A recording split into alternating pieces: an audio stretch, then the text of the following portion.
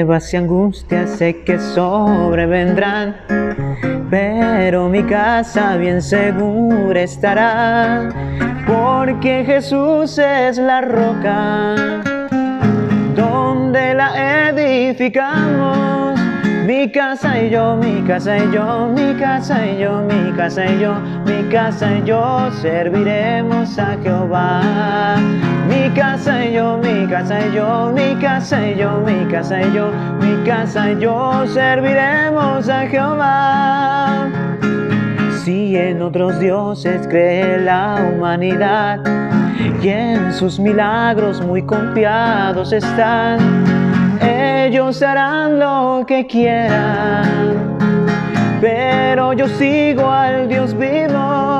Mi casa y yo, mi casa y yo, mi casa y yo, mi casa y yo, mi casa y yo serviremos a Jehová. Mi casa y yo, mi casa y yo, mi casa y yo, mi casa y yo, mi casa y yo serviremos a Jehová.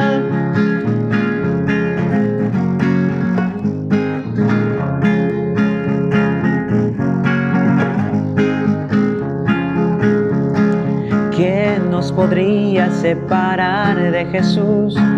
Tribulación, angustia o persecución.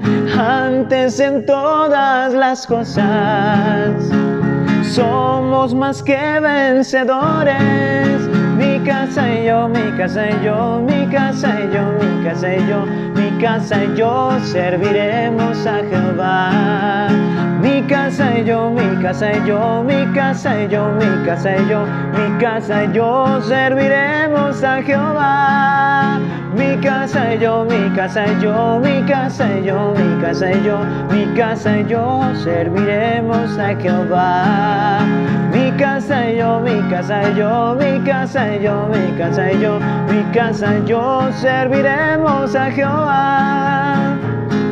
Si en otros dioses cree la humanidad y en sus milagros muy confiados están, ellos harán lo que quieran, pero yo sigo al Dios vivo.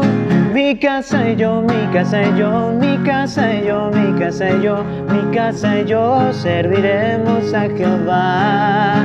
Mi casa y yo, mi casa y yo, mi casa y yo, mi casa y yo, mi casa y yo serviremos a Jehová.